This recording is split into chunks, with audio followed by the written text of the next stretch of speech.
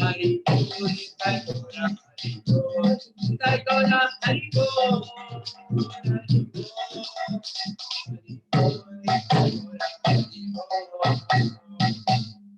Gaur Premanande Hari Hari Bol. Hare Krishna. Hare Krishna. Thank you, Hari Prabhu, for wonderful bhajans. Welcome all of you to ISKCON's Sunday Feast program. Is Dwarkadhish Prabhu there? Prabhu? Oh, thank you, Prabhu. Very happy to see you. Hare Krishna. Welcome, Prabhuji. Hare Krishna. Hare Krishna. So, devotees, I would like to give a brief introduction about Dwarkadhish Prabhu and Vishakha Mataji, and then we will move on to the next part of the program. So, welcome all of you to ISKCON's virtual Sunday Feast program. We are very, very fortunate to have a very special guest today with us, His Grace Dwarkadhish Prabhu and Mataji, Vishakha Mataji, today with us. Hari Bol, Hari Bol. Hare Krishna.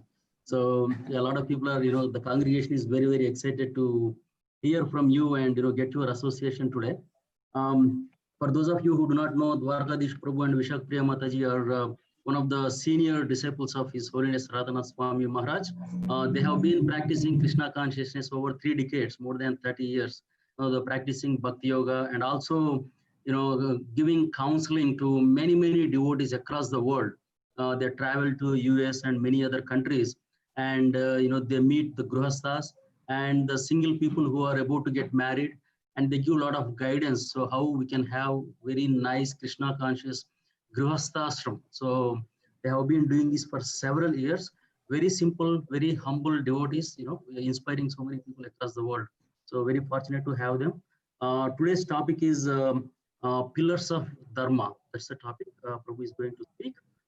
Without further ado, we'll invite Dwarkadhish Prabhu and Mataji. If we have a humble request, if feasible, please turn on the video so that Prabhu also can see, all of us. Thank you all so much. Prabhu, please take over. Yeah. Thank you, Ramtir Prabhu, for your kind invitation. Thank you, Navin Krishna Prabhu, for your kind invitation to allow us to connect to all of you.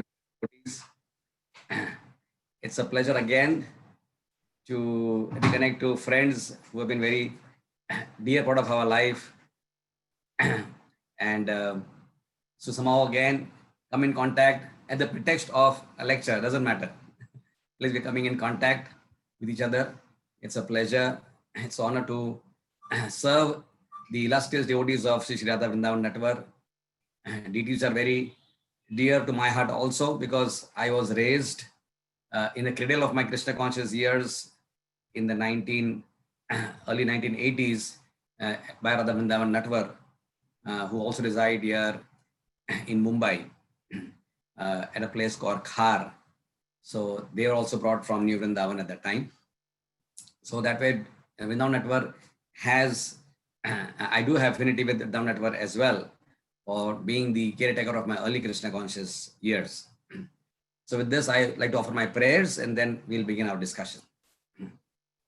Om Jnana Timirandasya Gnananjana Shalakaya Chakshurun Militam Yena Tasmai Shri Guruve Namaha Sri Chaitanya Manobhishtam Sthapitam Yena Bhutale Swayam Rupa Kadamayam Dadati Swapadantikam Vandeham Shri Guru Shri Yuta Padakamalam Sri Gurun Vaishnavamscha Sri Rupam Sagrajatam Sahagana Raghunatham Vitam Tam Sajivam Sadvaitam Savadhutam Parijana Shahitam Krishna Chaitanya Devam Shri Radha Krishna Padan Sahagana Lalita Sri Vishakhan Vitamscha He Krishna Karuna Sindhu Deenabandhu Jagatpate Gopesha Gopika Kanta Radha Kanta Namostute Tapta Kanchana Gaurangi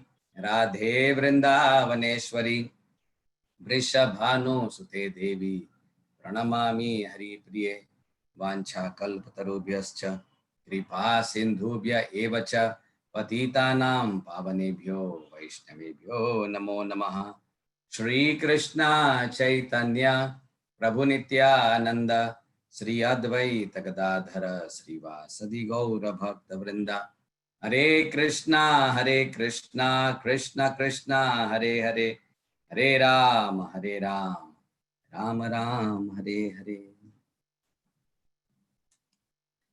Hare Krishna. We are in a very fortunate setting, being very close to the auspicious day of Janamastami. Most of us will not be able to go to our temples where we used to go every year, spend the whole day and come home late in the night.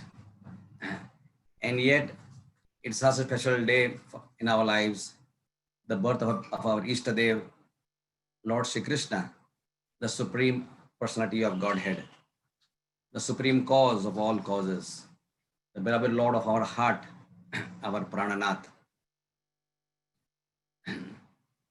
We talk this topic today to reminisce Krishna's own promise as to why he comes to this world. Yada yada hi dharmasya glanir bhavati bharata abhyuthanam dharmasya tadatmanam shrujamya. Krishna, the Supreme Godhead, is the one who upheld the entire Govardhan hill for 7 days and 7 nights, upholds the entire creation. He is a Lord who he is also called as therefore as Janardhan. He not only upholds the whole creation by his Shakti, but he upholds all life in this world. How does Krishna uphold the whole world? Right? For holding a big structure, you require foundation, support systems, pillars, right? With the biggest of buildings, monuments, palaces, forts, they require big foundation. I was told recently about our Madan Mohan temple in Sri Vrindavan Dham, bank of the Yamuna. As we know, the temple has been there from the last about 500 years. So, since Ranthambore Goswami built this temple by the help of Krishnadas Kapoor.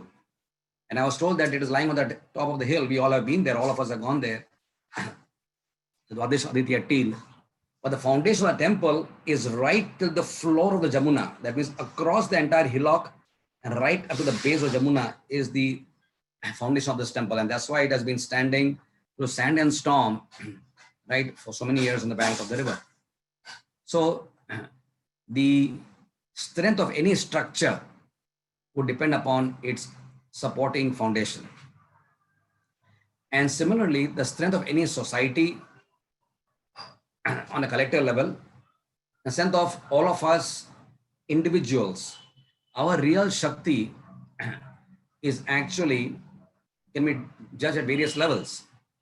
At one level, when we say Shakti, we'll probably think of physical strength. Yes, we need to be sturdy so we can stand, we can walk, we can jump, we can do so many activities, and that requires strong hamstrings. Yes, it requires strong muscle power. You got a strong heart to perform activities. But what sustains life? What sustains our actual existence is Dharma. Dharma, from the word dharan, Dharma and dharan. That which can uphold is called as Dharma. The word dharan and Dharma are connected. That's why I'm giving the analogy of foundation. So, what sustains our lives as spiritual aspirants, as aspiring devotees, is the depth of our commitment to the principles of Dharma. Yes, we are Gaudiya Vaishnavas. Yes, we are Prabhupadanugas. Yes, we are Rupanugas. That's true. At some other level on the later world, we are Hindus. That also is true, right? But whether it is this religion or that religion, in one sense, that is quite superficial, is it not? Right? We as Vaishnavas are trained by Srila Prabhupada, our beloved Gurudev, Param Gurudev, to understand the essence of all religions. Therefore, There is no question of pride in any one religion being better than the other. How can there be pride if all of them are teaching the same thing? Where is question of pride of one being more up higher and the other lower? Because Vaishnavas are trained to look at essence. What is Srimad Bhagavatam called as? It's called as Paramhamsa Purana, right? Paramhamsa Purana. Hamsa means a swan. Paramhamsa means a very special swan who can separate milk from water, right? So Vaishnavas are like swans, and therefore they can extract essence from all religious texts, from all religious teachers of the past.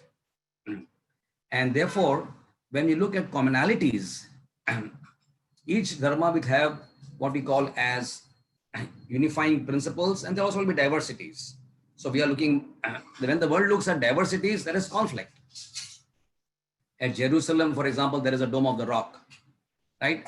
Which is a common place which is, shared in terms of conflicting interests by the Islamic people, the Judeo-Christian people, the Baha'i people, right? The Jew people. The conflict about what happened there and things like that. For years together, our Ayodhya Dham, conflicting place, because apparently one follower of Dharma was, broke the structure and built a mosque over there, right?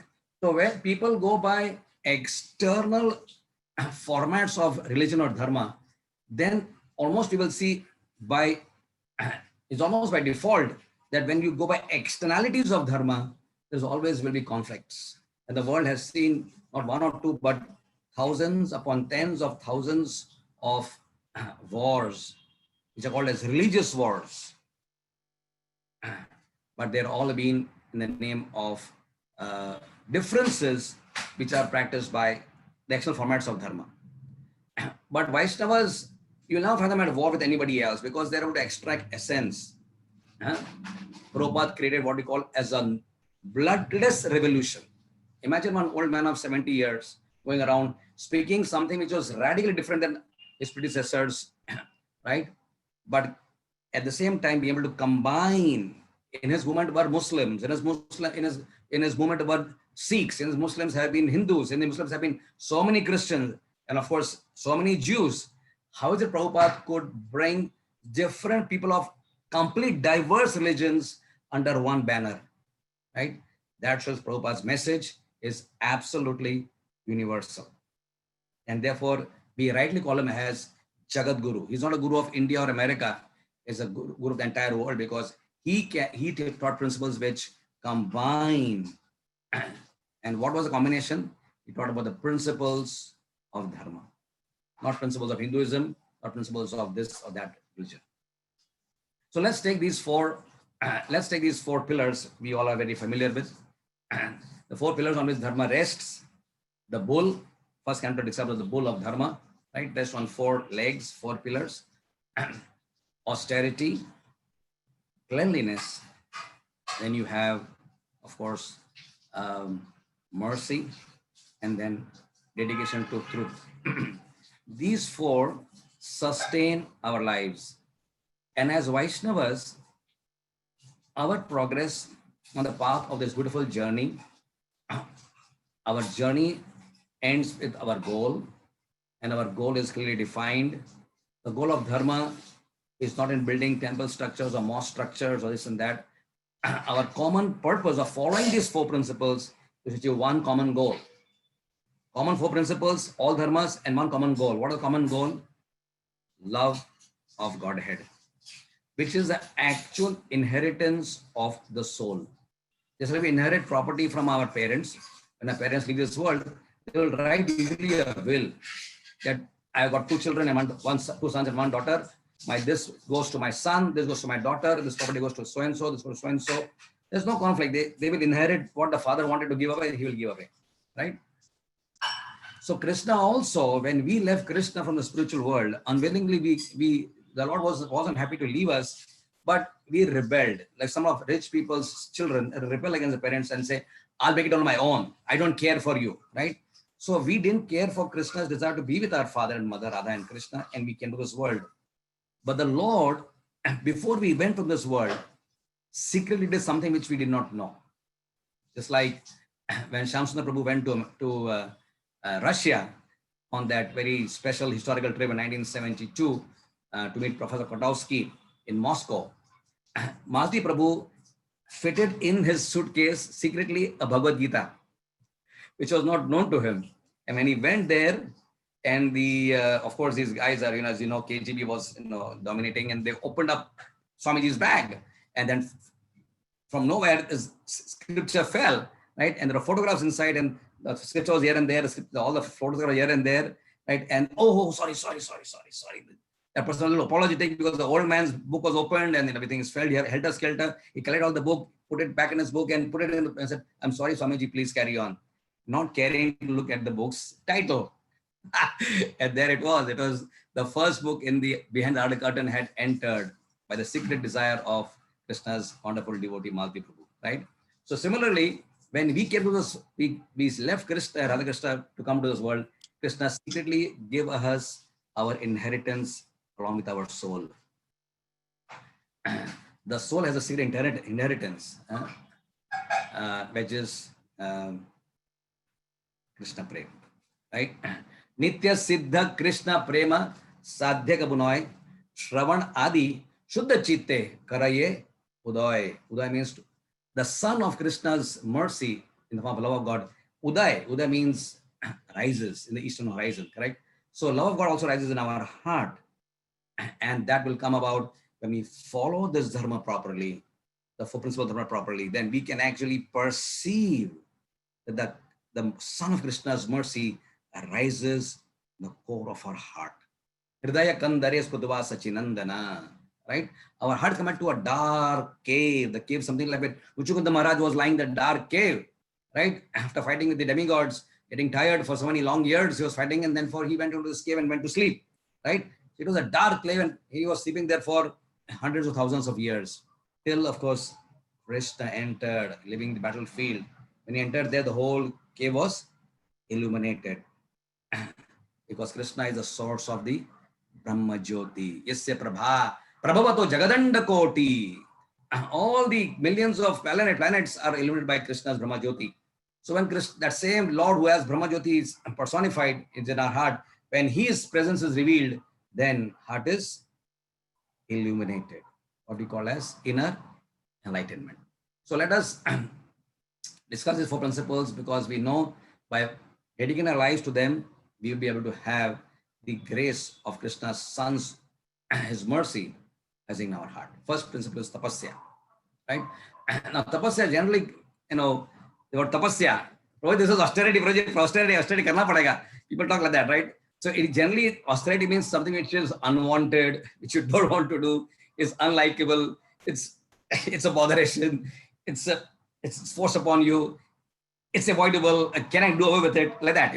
Our attitude toward tapasya is usually one of a little bit of negativity or disappointment. I have to do it. It's tapasya. What to do? So that's usually our inner mood is not one of very welcoming type of activity. Chalo bhai, like that. Let's do it like that. But let's think about tapasya a little more broadly. What is actually tapasya? And why is it so important in our life? Tapasya is the voluntary acceptance, volitional acceptance of inconvenience for the purpose of inner purification of our souls in relation to Krishna. They are acts of sacrifice which we perform in order to bring about a deconditioning of our consciousness. Tapasya is actually a deconditioning activity. We all have what we call as Baddha Jiva. Prabhupada translates Baddha Jiva as conditioned soul, right? Right? You have air conditioned. The air which comes in there is conditioned to be at a particular temperature, 25 degrees. It's conditioned. Whatever is outside temperature, it is 30 degrees, 40 degrees, 19 degrees. Your temperature will be only at 25. You are usually fixed at 25 degrees only. That is called as conditioned, right? Similarly, we are conditioned to be in a particular way. Whatever happens around us, very conditioned means we are in a particular way only, right? So that is called as conditioning. And how deep is that conditioning? And what is our basic conditioning?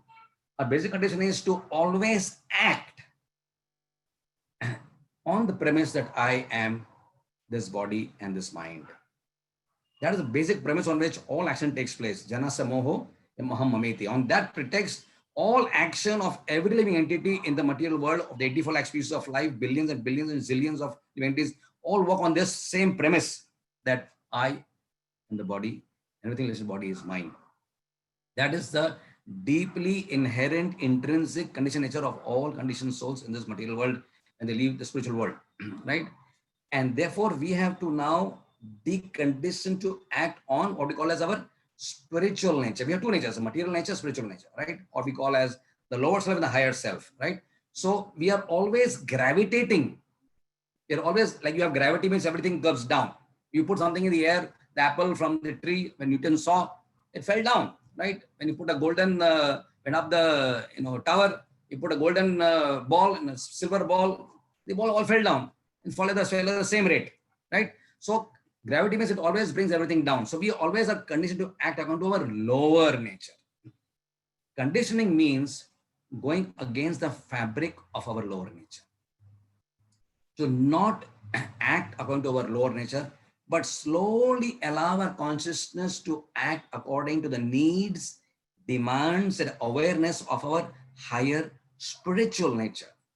Dehi no Ashwin, Deha and Dehi. Krishna uses the word Dehi no, right? We are not Deha, but in the very second chapter, right in the beginning of the second chapter, it says Dehi no. So we have Deha and Dehi. Deha is the body. Dehi is the occupant of this body. Employer, employee, house and tenant, like that. So the Deha is the house and Dehi is a tenant in the house, right? So if we start acting as if I am the car, forget that I am the driver, Prabhupada's classic example. So therefore, austerity is something which we want to perform, even though we don't like it, but we should remember the body may not like it, the mind may not like it, but the soul rejoices acts of tapasya. And as I said before, all religions recommend this, right? Like the Muslim friends will commit to themselves to Ramadan, right? For 1 month, my patients will come and say, sir, now adjust my insulin dose, adjust my sugar doses now. I will be eating by the morning at 4 o'clock. After 4:30, I will not eat anything. So my sugar should not go down during the whole day. And I will eat at iftar, they call it, at 7 o'clock. So now my dose I will take another, what should I dose I have to take it? So they all come to me before Ramadan for adjusting the insulin and sugar tablets, right? So all our Muslim friends follow that. Lent, Christian people follow that. We follow Ekadashi, Nirjala Ekadashi. In Janmashtami, they will perform Nirjala Ekadashi, right? So in every dharma, austerity is there. It is not every dharma, every religious follower will have some form of acts which they will say restrain. Basically, tapasya means restraining the senses and body from engaging in acts of sense gratification. Restrain. And that is not natural for us. It appears unnatural for us, but we still do it. Why? Because it is favorable. Because it is favorable for bhakti. Anukula sankalpa pratikula vivarjana, right? It is favorable. Now, to get up in the morning at 4 o'clock, 5 o'clock is not natural for most of us, right? But we have conditioned. Before we became devotees, what time we used to get up? We are ashamed to tell people what time we got up, right? 11 o'clock in the morning, sometimes, you get up in the morning, open the television and start some program, And then at 12 o'clock, you take your breakfast, and 4 o'clock, you take your lunch, and you take your dinner at 10 o'clock in the night and go to sleep at 12 in the night, right? So we used to have crazy lifestyles before, right? And we are all ashamed of ourselves that I was the same person. But now we don't do that, right? So now, right at the beginning of Prabhupada, when he went to New York, he told people, no, tapasya, no meditating, no gambling, no talking, no illicit sex. It's tapasya. Now imagine, Prabhupada was so convinced of this principle that even his newcomer, fresh followers, Americans, hippies, young people, completely addicted to so much of, sense gratification, but no compromise. Prabhupada said, from today onwards, you're taking Diksha now, you can't do all these things, right? So Prabhupada was very clear that he expected people to follow tapasya. And even right in the beginning, when we read Miracle on 22nd Avenue and other books of Prabhupada in the earlier days, right, we find that even right at the beginning when Prabhupada was the very first in 1966, he told people, follow Janmashtami. They don't know what is Janmashtami. Janmashtami kya hota hai, right? They don't know what it is, right? The day of Krishna's birth, it was fasting day. So what really fasting day? They never did any fasting in their life. What is fasting, So they thought, maybe a few hours. You'll be fasting till midnight. Midnight. Too much midnight. Morning you get up, you eat at 12 o'clock in the night. It's too much midnight. So no food. Okay, no food. No water. Okay, no water. So what is this? No water, no food. Young people in their 20s, they are eating all donuts and this, and then smoking cigarettes and eating all sorts of things, and then no food, no water. And they are just fresh students coming for a few weeks to Prabhupada. Prabhupada said, Janmashtami means fasting a whole day, right? So then what do you do? Okay, then you have, kirtan. So Prabhupada was so wonderful that by his love, he convinced even raw people to follow, and they happily followed. Then came Gaur Purnima, they had fasting on that also, right? So Prabhupada introduced the principle of tapasya right in the beginning of his formative years for society itself. And all of us, of course, and therefore our Mangalati starts at 4:15 in every temple, right? In New Vrindavan days, when we remember, I told whole stories, right? You will get up at morning at 2 o'clock and 16 rounds over by Mangalarti time. And after Mangalarti, people rush to the farms and rush to the activities, building palace of gold or this and that, whatever they're doing, all day working hard. What type of tapasya is that? Right? When we think of the tapasya of the New Vrindavan Vasis, it will bring us, shudders. What they were doing, there's no sanitation system, no cold water, no proper clothes to wear, no proper food to eat, but completely their only joy was to have the darshan every day of Sri Sri Radha Vrindavan Nath. Brahmacharis there had no other joy in their life because there was ice everywhere. There was no trace of sense gratification which they could indulge into. There was nothing there there's nothing there to indulge. There's nothing there, no television, no moment. There's absolutely deprivation of the senses from any sensory stimulation. The only way to stimulate their sense of sight was when the deities were dressed nicely. They would come in the morning, first Shingar at 7:15, and behold, Radha, Vrindavan, and Nataraja. And the whole day, the memory of seeing them was their only sustenance, right? If that was not what they did not get that part, there was no reason to live in New Vrindavan. So, fasting, these all nice tapasya is there. And when we do tapasya in the association of devotees, it is always very, very pleasurable. Tapasya is a type of higher pleasure. At a lower level, it may appear like something which is little undesirable or a little painful, but as Prabhupada always taught us, nectar in the beginning and poison in the end. Sense gratification looks like nectar in the beginning. And what is tapasya is the other way around. It looks like poison in the beginning, but it turns into nectar in the end. Right? So we very happily welcome all our processes in our Krishna consciousness, whereby we restrain our senses from gravitating into doing what they naturally want to do and engage in acts of selfish self gratification, which is against the brass, the fabric of our consciousness. Right? Getting in the morning, doing our rounds, whatever, all various tapasya. And you look at Prabhupada's disciples, they would go and distribute books in the cold regions, even in Siberia, in cold places of London, Chicago, New York. I mean, our entire movement spread because of tapasya of the pioneers. Is it not true?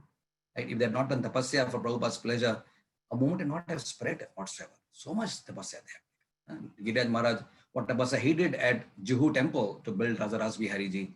Our entire ISKCON is founded on the unimaginable sacrifices which our pioneers have done under the leadership of His Divine Grace Srila Prabhupada. So that's what tapasya is all about. And therefore, we happily welcome all acts of tapasya in our life. Whether we like it or not, we do it. Why? Because it pleases Krishna, pleases Prabhupada, pleases our soul. When we perform tapasya, it leads us to the next principle of dharma automatically. these four principles are very beautifully interconnected. They are not independent type of things. They are all interconnected. When we do tapasya, what happens is that it brings us to, it becomes level of cleanliness of our heart. It purifies. Tapasya is done for purification. Therefore, it becomes the next principle of dharma, that is suchi or saucham or cleanliness, right? Of course, when we talk of suchi, we understand the suchis are two levels, external and internal. So external suchi means we keep our bodies clean. All of us are trained to take bath at least 2 times in a day. When you answer nature's call, go for a big job, take a bath again, go to the crematorium and take a bath again, right? And you get dirty for some other reason, like excessive sweating out of a gymnasium or workout, take a bath again, right? So keeping the body clean is an integral part of Brahminical culture. And why do we give importance to the cleanliness of the body? The reason is very, very important, very simple, very important. Because the body is seen by Vaishnavas and spiritualists as a temple of the Lord, right? The body is not just bones and skin and muscle and liver and kidneys and heart and brain and like that. That's there. That's there. But residing within this body is Krishna. Sarvasya chaham riddhi sanivishto. Right? I am residing in everyone's heart. And where the Lord resides, that part becomes a temple. Like you have shops, right? You have restaurants, you have a cake shop, and you have a restaurant, and you have a coffee shop, and you have a cloth shop. And there are different ways of finding out. So when you go for a mall, okay, there's a mall, so then all things are available. But when you go to a temple, there will be a cross, or there will be a mosque, there will be a star, there will be a crescent star and a moon, and that, right? All this, that means that building is a sacred building. It is also made up of stones and mud and concrete and Taurus steel and everything like that, like any other building is made. But because that crescent is there and the star is there, because the dome is there, the chakra is there, right? That means everything in the temple in that structure is dedicated to an act of seva for the one who residing in that temple. Huh? If there's a murti of Christ and everything happening there is for Christ's seva. If the temple of the Ranganath Swami is there, Sri Rangam, everything is happening here for the pleasure of Sri Ranganath Swami, right? So we're talking about principles of dharma common to all, right? So also, the Lord residing here in the heart, it means every activity my body will perform will be dedicated to for the Lord's pleasure. Simple. So we consecrate, we sanctify, and we remind ourselves of this very essential fact. This body was never made for my selfish enjoyment. It was made as a vehicle for the soul and the super soul, a vehicle for me to serve God, right? This is not my body. This is not my body. Why do we say it is not my body? Very simple. Proprietorship means, Prabhupada explained, sense of control. If I have proprietorship of something, it means I have control over that particular thing, right? But do you and I have any control over our bodies? Answer is a big no, right? Answer is a big no. We have no control over our bodies. And therefore, who is the proprietor of this body? The proprietor of the body actually Prabhupada defines as time. Time is controlling the body, and the time, inevitable time, creates changes in the body from boyhood to youth to old age. So time is a possessor of this body. Anyway, the point is that time is Krishna's impersonal energy in this world. So Krishna actually is the ultimate control of this body also. It belongs to him, right? Therefore, Krishna says, Yad karoshi, right? Whatever you do, Madharapanam, correct? So then we use this body, we keep it clean, because a clean body creates an environment for a clean consciousness, right? When you go to a house, the most of the time are women. Nowadays, the lockdown is going on. In Mumbai, I don't know how it's happening in your city, Columbus, but here there is no maid servant coming for the last 4 months, 5 months. So my ladies are, whole day they are cleaning and washing, and children are there making things dirty. So the whole thing they have to keep it clean again and again and again. There is no help from the Jhadu Wali and from that other lady. Nobody is coming to the house. So they are all getting trained to take care of the whole house themselves. So why do we keep the house clean? Because housekeeping, right? We keep the house clean because a clean house allows for a clean consciousness, right? We judge a person's consciousness by the house, by the type of house he keeps. The house is unclean and untidy, unkept, dirty, then it's likely that he's not so much dedicated to the principle of cleanliness himself. We want to dedicate ourselves to the principle of cleanliness. That means wherever we go, we keep things clean. How Prabhupada was so clean. Prabhupada was always clean shaven person. He would take his bath at 12:30 afternoon every day. Take his massage every day. Always very clean. Even if he was on the airport, he will go and take his bath at the airport particular time. He was always dedicated to the principle of cleanliness. Right? It's taught by his own example. You have to be very clean. And then he, of course, he made everyone to shave. All our hippie devotees had long hair and long beard. Clean shave, no beard, no long hair. In fact, no hair, just a shikha, right? Principle of cleanliness. And he consecrated his body by offering holy marks for 12 parts of the body. Keshavaya Namaha, Narayana Namaha, Madhavaya Namaha, Govindaya Namaha. We chant mantra, Vishnu mantras and sanctify this body further. Reminding ourselves every day before we come out of the bathroom that this body is a sacred property of Krishna. And let me offer these mantras and I can remind myself, not as a ritual, this body will be used for Krishna's service. I will keep it clean, right? And therefore, we dedicate ourselves to the principle of cleanliness of the mind also. And this comes out beautifully, how nice the Leela is. This principle of cleanliness was demonstrated in such a fantastic way by the Lord himself, Lord Chaitanya, when he performed what he called as the Gundicha Marjanam Leela. Madhya Leela, the whole chapter is dedicated to Gundicha Marjanam. It just comes before the Rath Yatra, previous day, before the Lord, the Entrotsav takes place, which the Pahandi Vijay takes place. The Lord went early in the morning with so many devotees. Saram Bhattacharya, he told Kashi Mishra and Tulsi, the superintendent of the temple, tomorrow arrange for rooms and water and pots, right? He said, oh, you have been told the king, whatever you want will be done, right? Pratham Maharaj already given us standing orders. Sir, it will be arranged, right? And next day, the Lord goes with all his devotees and how the whole Leela is described by Kaviraj Goswami. First, they broomed and broomed and broomed and broomed all the temple, everything else, and brought up all straw and mud and pebbles and everything. And Mahaprabhu was seeing how everyone is doing. And his collection of dirt was much bigger than all the devotees combined because he was so scrutinizingly cleaning the temple. Marjanam. Cheto Darpana Marjanam. Marjanam means cleanliness. So our very first Ishtastakam prayer is emphasizing the need for this principle of cleanliness. Cheto. Cheta means chitta. Darpana. Darpana means mirror. Cleansing the mirror of the heart is of paramount importance in the life of Krishna's devotees. Right? And then, of course, water was brought from the nearby Indudamna Sarovar, right? And they brought water, and the Lord said, okay, put water here, put it on the sides, put it on the ceilings, put it on the walls. And then the Lord actually went himself on the Garbha Griha. Uppal is Uttariya, his own Uttariya, the Lord was cleansing the altar of Jagannath Swami, Balramji Maharaj, Subramai. And he was, of course, crying tears of love and ecstasy. Clearing, said, oh, this is such a joy, such an ecstasy. The Lord will come here tomorrow. I am cleaning this temple for the Lord's pleasure. He was so happy, so joyful. The Garbha Griha is like the heart of the temple. So the more the Lord was cleansing the Garbha Griha, it was simultaneously cleaning the heart of Krishna's devotees, right? So with his tears of love, he was crying tears of love, and he would wipe it with his own cloth, his own saffron cloth, he would do that, right? So, in a very dramatic way, Apani Achari Prabhu Jivera Sikhai, right?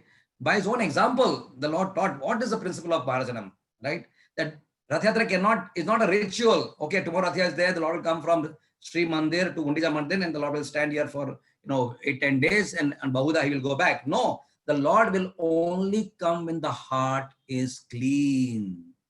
The Lord does not reside in an unclean heart, right? He does not reside in an unclean heart. Absolutely. The Lord loves cleanliness, right? He manifests only in a clean heart. Therefore, we dedicate ourselves wholeheartedly to the principle of cleansing our consciousness, like the Gundicha Marjanam. And Prabhupada gives excellent purports there, borrowing a lot of knowledge from Saraswati Thakur, long purports. There is one purport in that Leela, it's about 6 pages. Probably one of the biggest purports of Prabhupada in the Chaitanya Charitamrita is in this particular Leela. 5-6 pages of purport is there. explain in detail what does actually Leela is talks about, right? We won't get into that today, but just to remember and reiterate the fact that marjana is something that Mahaprabhu has taught us very, very, very important. And primarily we dedicate ourselves to cleanliness by the process of Nam, right? Nam Chintamani Krishna Chaitanya Rasa Vigraha Purna Shuddho Nitya Mukto Abhinatvam Nama Namino. From the Puran, how nicely it glorifies this nice, such a beautiful verse. Thakur Haridas would again recite this verse for the Lord's pleasure in the Mahaprakash Leela in Srivas Thakur's house, and they would have such wonderful realizations on this verse, right? That the Nam is Rasa Vigraha.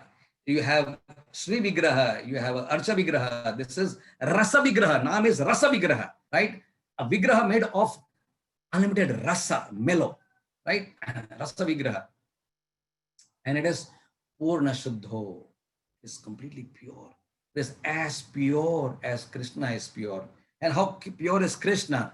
The water coming from his lotus feet is so pure, right? The Ganga when from his lotus feet. Ganga is so pure, purifies heavenly abodes, the earthly abodes.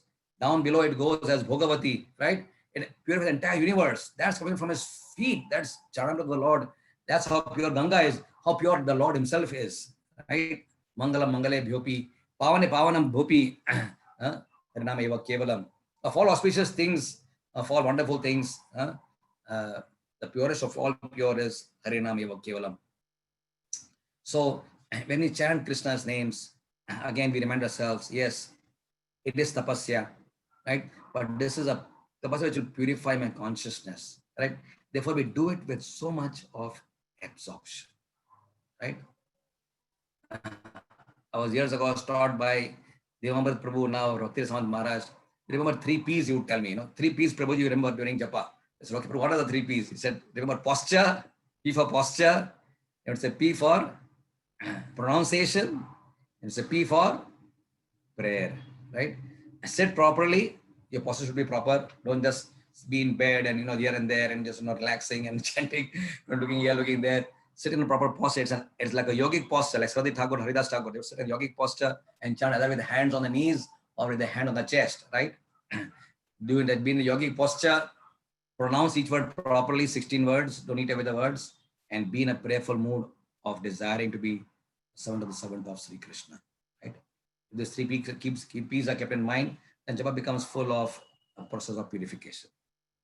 Yes, so let's do that every day. And because we commit ourselves through a vow, we take a vow to chant 16 rounds. How important it is for all of us that we dedicate ourselves to the principle of purification by taking a lifelong vow that even on the deathbed, before we die, we say, I hope I can finish my rounds only on my last day before I die from this world. That's what commitment we give to Gurudev, that I want to leave this world before doing my rounds every day. And the third principle, of course, is the principle of mercy. Mercy, right? So mercy. Now, again, logically thinking, tapasya leads to cleanliness, and cleanliness evokes our own intrinsic merciful nature, right?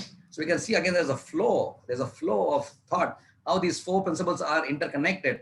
When a person does tapasya, becomes purified, then he becomes merciful, right? And the principle of mercy is based on, of course, there are 2 levels of mercy, again, many levels of mercy.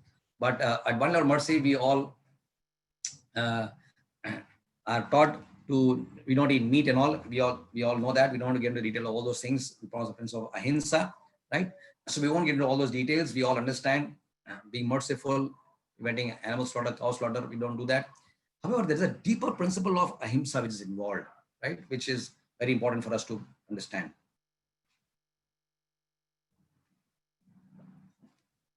Ahimsa means not doing any harm.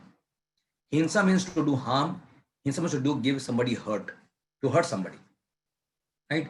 So principle of mercy is based on the principle of ahimsa. Now we, even as practicing devotees, may not eat meat, we don't eat eggs, fish, we don't eat forbidden food, but we may be giving harm by speaking words which are hurtful. by behaving in ways which are hurtful, by having thoughts about people and other Vaishnavas be hurtful. So we could be hurting people not on a physical platform by beating somebody like that, but we could be hurting people with our hurtful behavior and words. And that goes in the realm of what we call as Vaishnava aparad. It really hurts devotees, and that hurt is not to a devotee alone. Krishna is in the heart of the devotee. It hurts Krishna so bad. It just hurts Krishna so bad that my devotee was hurt, right, by some other person. It is just an unpardonable offense that Krishna never forgives when committed at the feet of a fellow Vaishnava, right? So ahimsa for devotees is practicing what we call as non-violent communication. One of the 26 qualities of Vaishnava, when you look at Krishna qualities of Vaishnava as enunciated by Rupa Goswami, is called as mrudu. One of the qualities is mrudu. Mrudu means to be soft spoken. Mrudu means soft, right? So it doesn't have a devotee, a soft body, but mrudu means his voice is soft spoken. He is not aggressive. He is not rude. He is not rash. He is not uncontrolled in his expressions of words, right? But he is very controlled.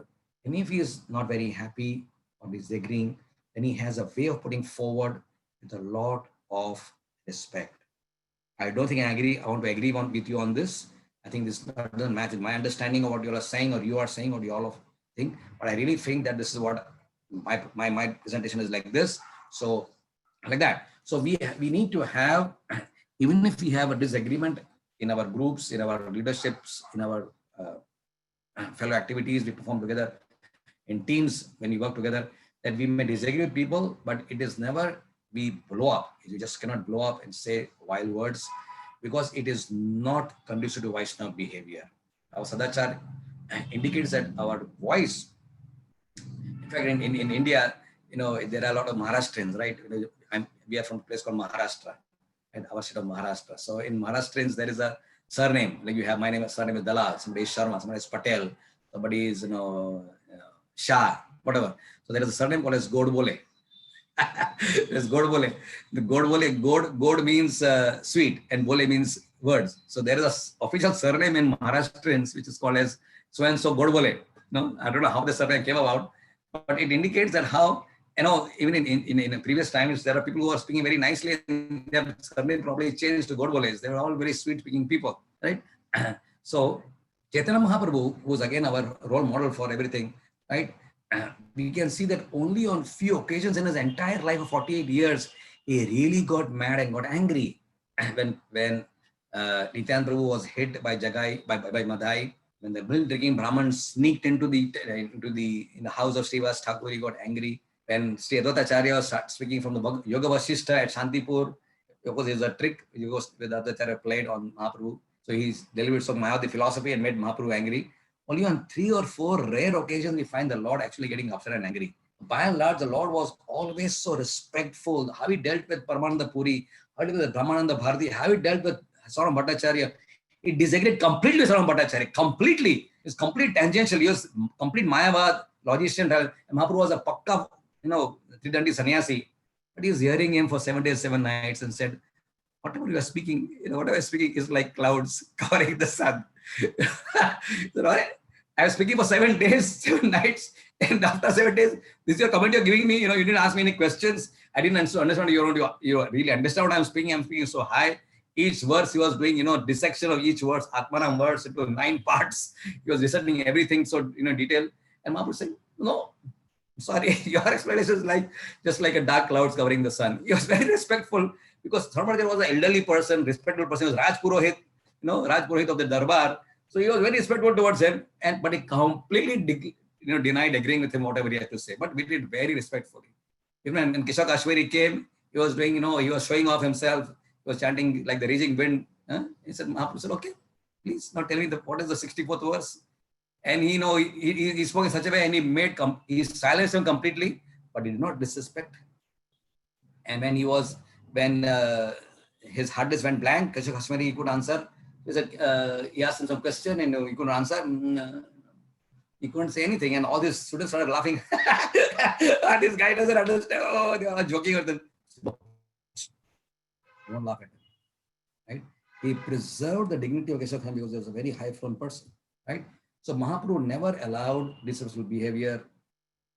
Again, the examples which we are quoting is primarily to make us understand that mercy means to be also practicing not just physical acts of violence, but with our words, with our behavior, to be truly respectful. Amanina, mana, dena, in our words, in our deeds. That's Vaishnava culture, which we want to uphold, the principle of this Dharma.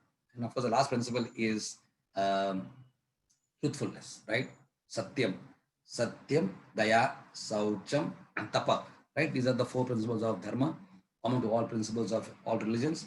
So what is this truth? Again, when you follow tapas, when you do tapasya, your heart becomes cleansed. When it becomes cleansed, you actually become merciful. And you become merciful, your life becomes totally devoted to following the path of truth. Huh? When you do the first three things properly, you become consolidated in a consciousness to such a degree that your life becomes completely rooted in following the truth. What the truth means? That means you slowly give up the illusion of this world. And when you say truth means, it is opposite of illusion. So by following these principles of first principle of Dharma, you gradually get the power to differentiate illusion from truth. And what is the truth?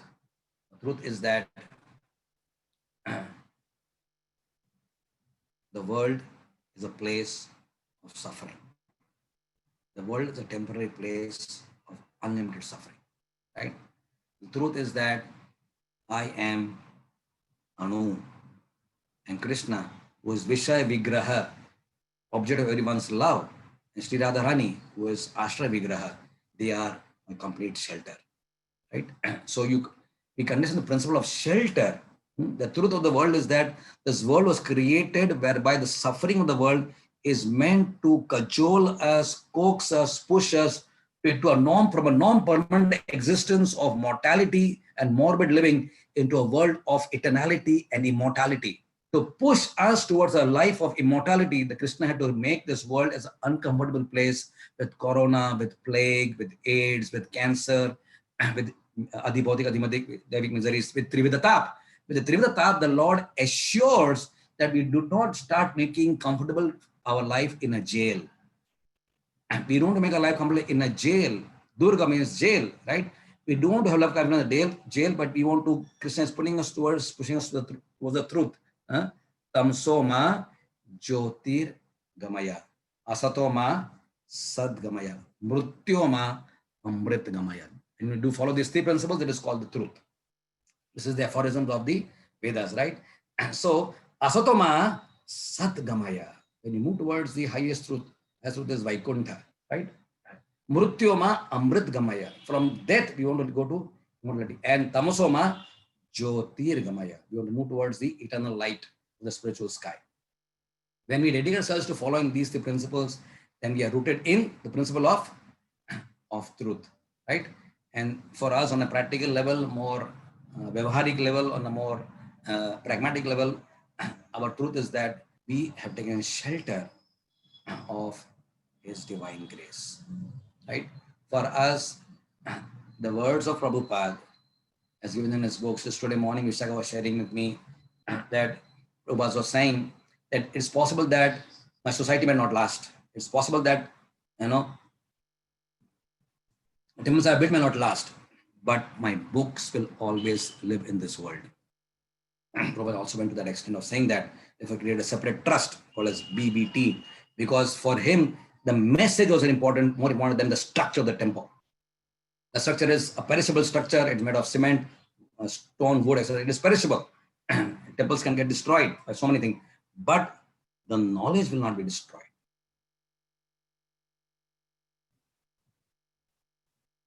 Vishaka,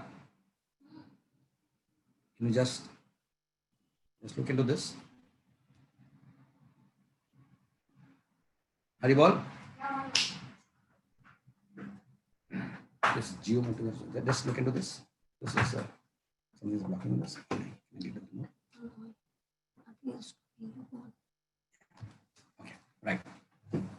So, sorry for the disturbance. So therefore, for us, the truth is that we are taking sort of His divine grace and leading a life whereby, by following the four principles of Dharma, which we talked about to some extent today in some detail, we are hoping what? What is our hope? We are hoping that we can please Prabhupada. We are hoping that by following the principles of, by chanting our rounds, by going to our temple, by doing our management, by doing our Nidya Ekadashis, by whatever we are doing, we want to make ourselves more fixed in these four principles of Dharma, by which we become in the shelter of His divine grace, Srila Prabhupada, who then lead us on to the spiritual sky. So for us, the highest truth is that Prabhupada is our savior, and that we will dedicate ourselves fully at His lotus feet. So let us welcome the holy day of Janmashtami, and remember that Krishna has very mercifully given us sufficient reasons to not feel comfortable in this world, right? He has given us very good reasons to feel this world is not a great place to stay. And some of our counselors were sharing other day in the temple that the corona pandemic has even made it even more clear that Krishna is making it a very, very unwelcome place for His devotees to reside, right? And it's becoming very loud and clear that it is Katrina.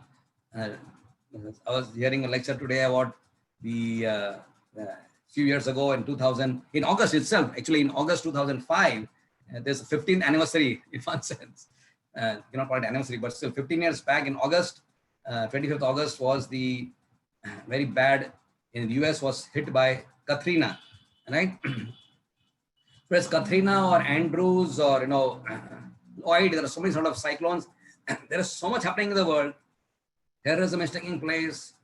So much is happening in the world, and it is going to be, no matter what leadership may be, things are going to get back to worse. This is not pessimism. This is realism.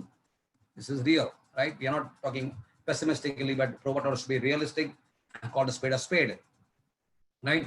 So there is enough reason for us to take more commitment to the process we've been given, and let us feel very happy that, we are all connected to Prabhupada's society. We are all into the shelter of Chaitanya Mahaprabhu, and we have a process, we have an alternative process by which we can live a life of deep meaning. Deep meaning. Our life is so meaningful. It is not rubbish. It is full of meaning because we have something very tangible to do. The act of purifying our soul and again reawakening our intrinsic love to Supreme Personality of Godhead, which is our deepest inheritance in life, right? So with these words, I thank you all very much for your patient hearing. And Hare Krishna, all the Vaishnavas who are there. I don't know whether we take questions here or I don't know how does it go. Ramti Prabhu, now guide us what is supposed to be done. Thank you very much. Thank you so much, Prabhu. Thank you so much for your time and association. It was really, really wonderful class. So Prabhu, I know it is 10 p.m. for you. It's late night for you. So do you have 2 minutes for question and answers, or how much time we have for that? We can take what, 1 or 2 questions at least. 2 questions we can take. Okay, wonderful, Prabhu. Thank you so much. There is time. Rukmini Mataji has a question. Mataji, please unmute yourself and ask. Hare Krishna, thank you so much for the wonderful class that went into so many wonderful points and brought together so much, so many different parts of the scripture that are really, really important for us to understand and really apply in our lives. So, so my question was, so you were talking about the 4 pillars of Dharma, and you went not just into those 4, but you elaborated on them. And then, Shri Krishna says in, as everyone knows, in Bhagavad Gita 18:66, Sarva dharman parityajya mamekang sharanam vraja, aham tvang sarva papabhyo mokshayishami ma shucha, that surrender all varieties of dharma and give them up and surrender unto me, and I shall protect you, do not fear. Now, on the other hand, that doesn't mean that, but that's one verse, but then there's so many other verses in the Bhagavad Gita and the Bhagavatam that give us the dharma that you started to explain. And so you mentioned this one For instance, one quality, mridu, which is one of the 26 qualities of the devotee. So these 26 qualities are given in Chaitanya Charitamrita. So I'll just, I just pasted the qualities in the verse in the chat. So it's said that all of the qualities come from Krishnaika Sharan, and if one looks at the actual qualities, like for instance, those 4 are in there, all of those qualities derive from surrender. So could you, and so for instance, like Mridu that you mentioned, being mild is one of them. And you can see that if one looks at those, maybe I'll just paste the translation.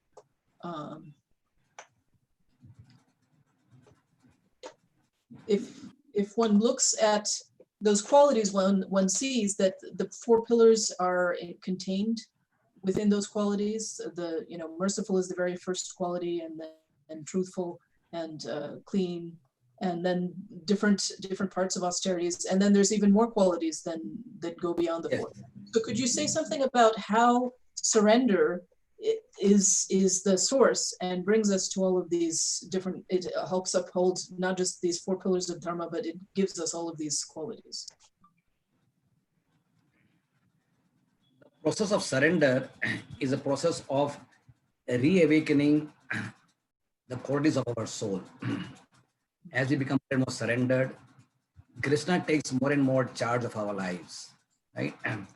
And as Krishna takes more charge of our lives, we become less and less controlled by the impact of the 3 modes of material nature. It's a balance, right? So we call it Ashta Shakti. That means we can either be in part of Antaranga Shakti or Bahiranga Shakti, right? So right now, conditioned souls, we are impacted upon by so much of negativity, which creates lust, anger, greed, pride, envy into our hearts, which are totally things which cover the qualities of the soul. And therefore, we go into a state of altered behavior, thinking always in terms of I and mine. But as we take the process of shelter, and of course, it's not an overnight process, as we know, it's something which happens gradually over several lifetimes, right? As we become more and more sheltered with the Lord takes more charge of ourselves, right? And so just like a coach, he has a table tennis coach or a football coach.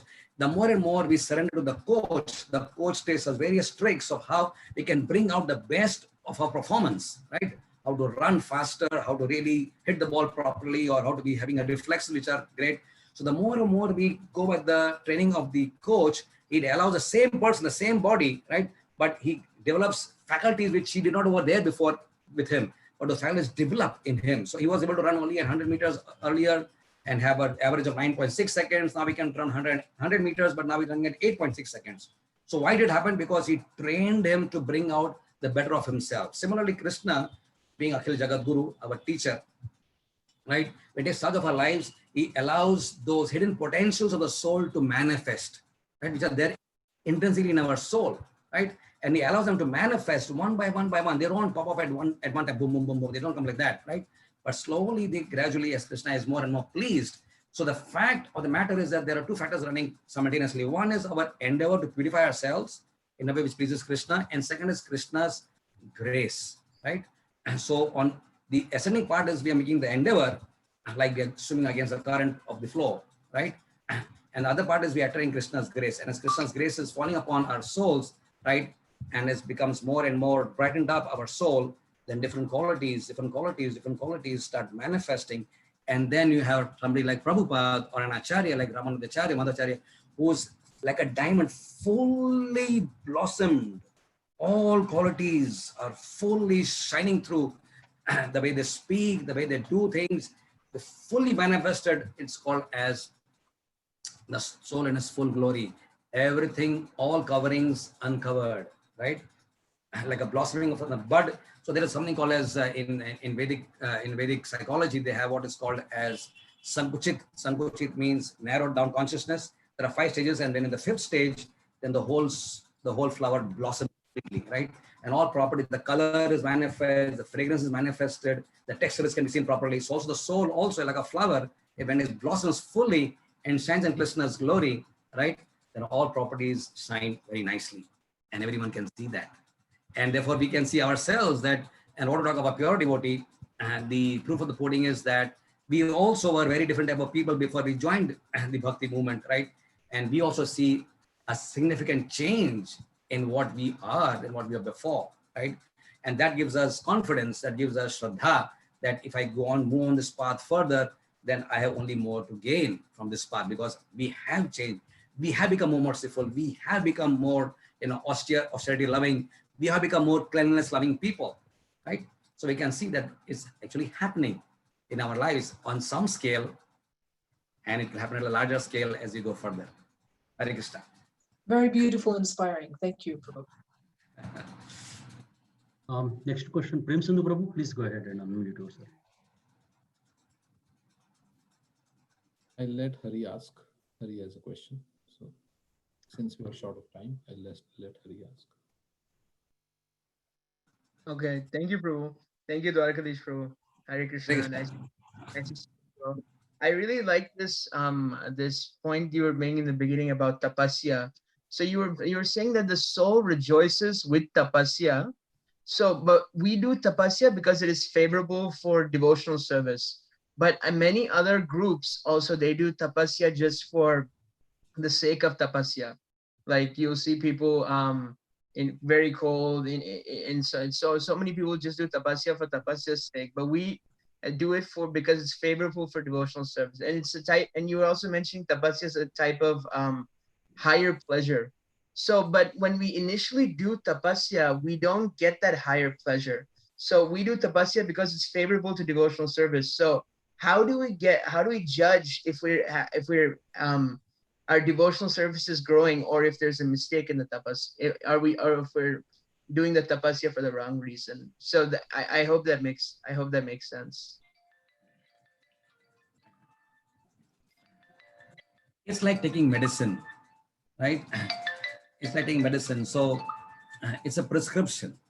So today I have got diarrhea and high grade fever, and I don't feel like eating any food unless maybe somebody makes some nice, very special bhajia or something, I feel like eating that. But I know that if I have typhoid and diarrhea because of typhoid, and I cannot eat type of food, so I voluntarily restrain myself from eating. I eat only soft diet like khichdi, things like that, right? With some fruit or some soup like that. So I voluntarily do that, and I can see that gradually as I'm eating that sort of food, and then of course taking the right medicine along with that. It's not only the tapasya which is going to work alone. I also take the antibiotic along with that, and then gradually my diarrhea comes down, right? So we can see that earlier you would getting up, feel very happy to get up in the morning at 10 o'clock in the morning and taking a glass of a cup of nice hot tea or coffee, whatever we used to drink, right? But for now, devotees don't we all feel very happy when you get up in the morning at 4:30, 5 o'clock in the morning, and you just taking a nice bath? We feel happy going to the Mangalarti, is it not? We feel happy to be there with the devotees at 4 o'clock. And in the Mangalarti, for example, at the end of the Mangalarti, we have all danced, like you were singing Hari Hara Nama Krishna, right? And many of our Mangalatis, they will sing Hari Hara Nama Krishna and go like this, like that, So who in the world at 4:30 or 5 o'clock in the morning is jumping and dancing and singing? Everyone is in a state of tamagun right now, right? But we are feeling happy doing that tapasya, that at 5 in the morning, at the beats of the Murdag and Kartal, we are happily chanting and dancing. It's a pleasurable activity tapasya at 5 in the morning, right? So it's a proof. It's a proof that actually tapasya is pleasant because we are pleasing the reservoir of all pleasure. We are pleasing Ram. And we are pleasing Ram, then Ram floods our hearts also with pleasure. Even at a neophyte level, we feel so happy, right? Even a neophyte devotee, as Prabhupada said, when a dog can take part in chanting, when a child can take part in dancing. If you don't understand this, they do it still feel very happy.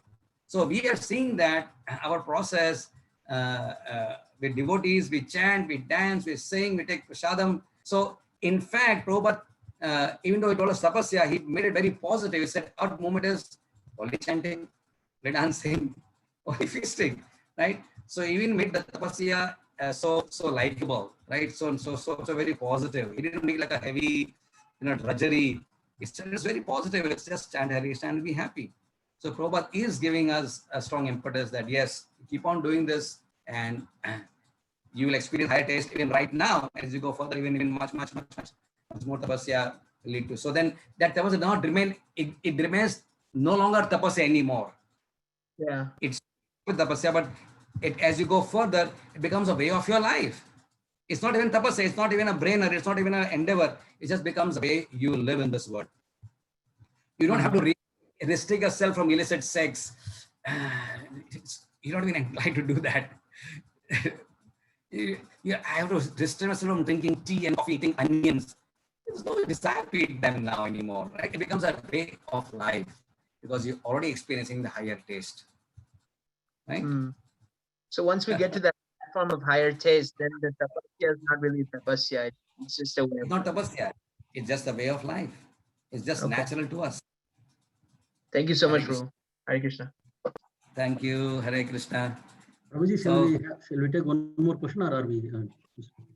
I think we'll take an end here because it's it's past 10 o'clock. Thank you so much, Prabhu.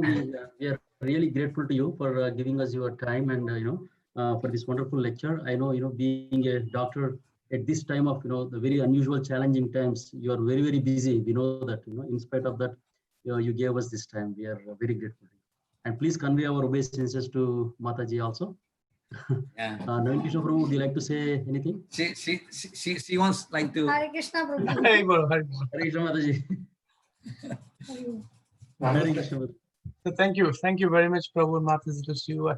I wanted to say one thing, which whenever I think of you, I see you, I remember Haridas Thakur. Because the first time I saw you in the drama 20 years back, you acted and you also directed Haridas Thakur. It's stuck in the mind. So Dwarkadhish Prabhu, Haridas Thakur Prabhu, it goes together because your life is also as simple as that. Thank you very much. You're also speaking, talking the same. Thank you very much. Thank you, Mataji. Hare Krishna. Thank you, Mataji. Haribol, Parikshit, Haribol. Pranam. I just didn't want to miss the last darshan, seeing everybody together. Thank you, Mataji and Prabhu. So devotees, please hang on for a few more minutes for a quick announcement. Prabhu, you may drop. Yeah, thank you. Hare Krishna. So Hari Prabhu, so we Yeah. have announcements. Hari Prabhu would like Yes, to. Prabhu. Hare Krishna. So let me just share my screen real quick on my iPad. Screen. Or broadcast.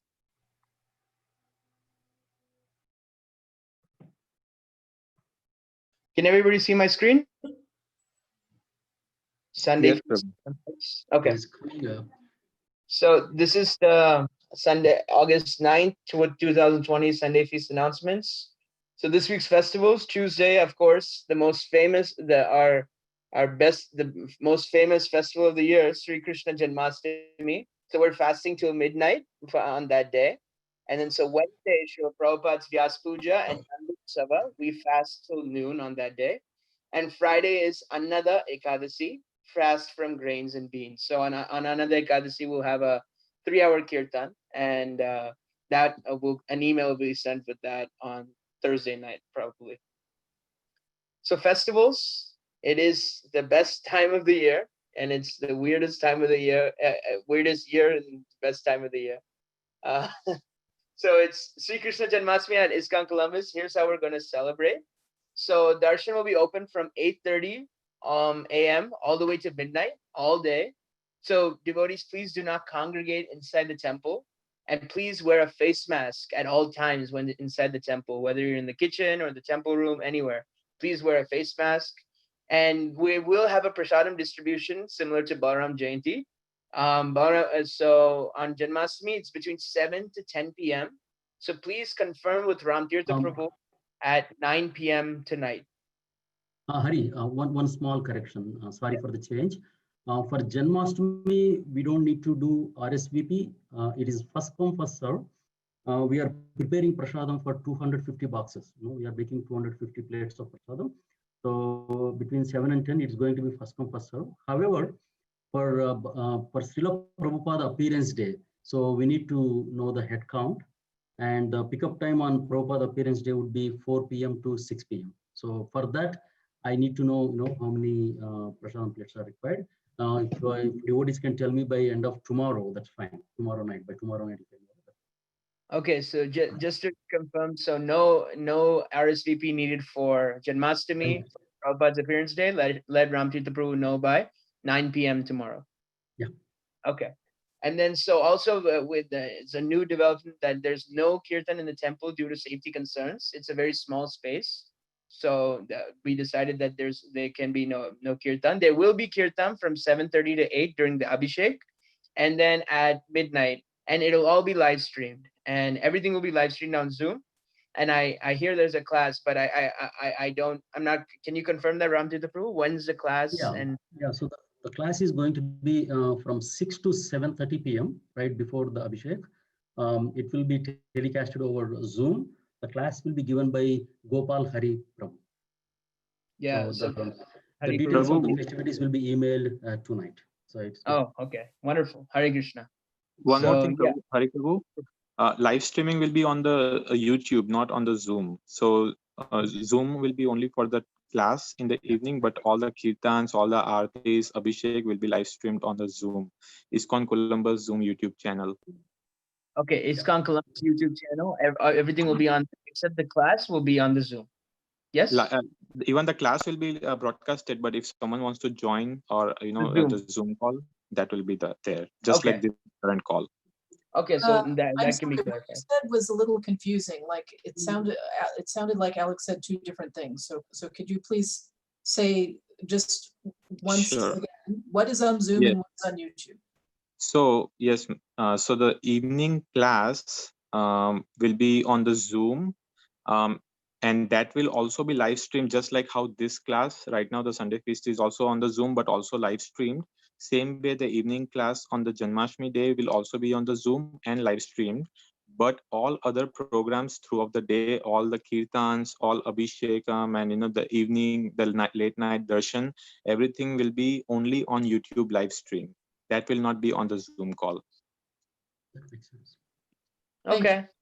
So that is clear. That everything will be sent in an email as well. Yeah. And to celebrate Janmashtami, we're also having kirtan space at Goodale Park, and that's so devotees will we really tested this on Friday, and it went really well. We all stayed 6 feet apart, and we were it was very responsible in that way, and we all wore masks, and we tested it out how doing kirtan with masks is, and it worked very well. So please come and stay as far as you can, and stay 6 feet apart at least. At least is the key. And please wear masks at Goodale Park, and please maintain 6 feet of distance. And then if you want, please keep in contact with me, or if you're on our Facebook page, there's a Facebook page called Columbus Sankirtan Party. You can join that, and I'll be sending all details. And rain delays, there's a 30% chance of rain.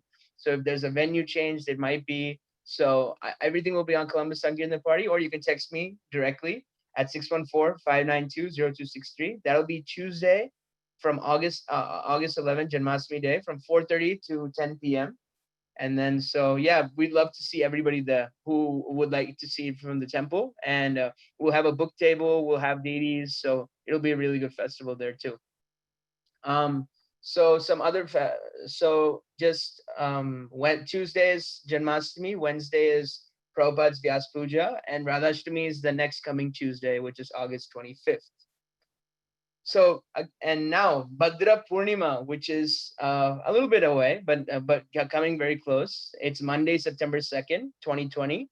So it says that if on the full moon of the month of Bhadra, one places Srimad Bhagavatam on a golden throne and gives it as a gift, he will attain the supreme transcendental destination. That's coming from the Srimad Bhagavatam itself, Canto 12, Chapter 13, Text 13. We have a lot of devotees contacting if they'd like to. A lot of devotees getting Bhagavatams for their friends. A lot of people have a lot more time to read Bhagavatam, so they're getting Bhagavatams. Just this week, I think 1 or 2 Bhagavatam sets went from our temple, so that's very nice. So if you'd like to give a Bhagavatam as a gift, or if you'd like to install it for your own home, please contact me at 614-592-0263. And we will get a Bhagavatam to you on that day. And that's the best day to take it out of the whole year. So Krishna lunch for this week. So it's a pretty standard week. Tuesdays, Janmashtami, so it's a free feast. You got to order by 9 p.m. So Ramtita Prabhu, 12. Is the 12 o'clock going to be free for everybody? What is that, Prabhu? The 12 o'clock Krishna lunch, is that going to be free for everybody? The lunch on Janmashtami is free. Yeah, yeah. Lunch on Janmashtami. Okay. It's a festival Okay, day. just check. Yeah. Hari Prabhu. Hari Bol. Yes, Urukrama Prabhu. Monday is 31st. You're saying Bhadra Purnima September 2nd? It's my September is a Wednesday. Okay, so yeah, let me change that. It's that Purnima. It's the third day of Chaturmas. Let me change the poster. That it's that Monday though. Yeah. Thank you, Urukrama Prabhu. Yeah. Ramtita Prabhu, is it Ekadasi Prashadam or Namal Prashadam? Janmashtami is Ekadasi. Yeah. And then Friday is an Ekadasi feast on Krishna lunch. Shravanam Saturdays for next week to be announced. The speaker is still coming. And next week's Sunday feast speaker is Rukmini Devidasi. Hare Krishna. We're excited. Everybody. Purnima is the September 1st. It's actually on a Tuesday in Columbus. Yes, this is what I see also. Oh, okay. And then a couple thank yous. We had a wonderful Balaram Purnima festival. We had over 120 plates of prasadam served, boxes, and it was a wonderful online festival. Naveen Krishna Prabhu gave a very nice class, and it was a really nice festival to see everybody and celebrating in a new but different way. But it was very nice. And also we had some devotees organized a pre-Janmashtami Marjanam, a cleaning of the temple yesterday. Hats off to them. I think it was Vika, Mayuri, Alex, Shrestha, Darpan, Kriti, Himanshu. There are some other people there as well. I'm sorry if I forgot their names. But Abhishek Prabhu and Nitai Chand Prabhu. Abhishek and Nitai Chand always helping out. So thank you all to the devotees who helped out with that as well. Are there any other announcements in the Vaishnava Sangha?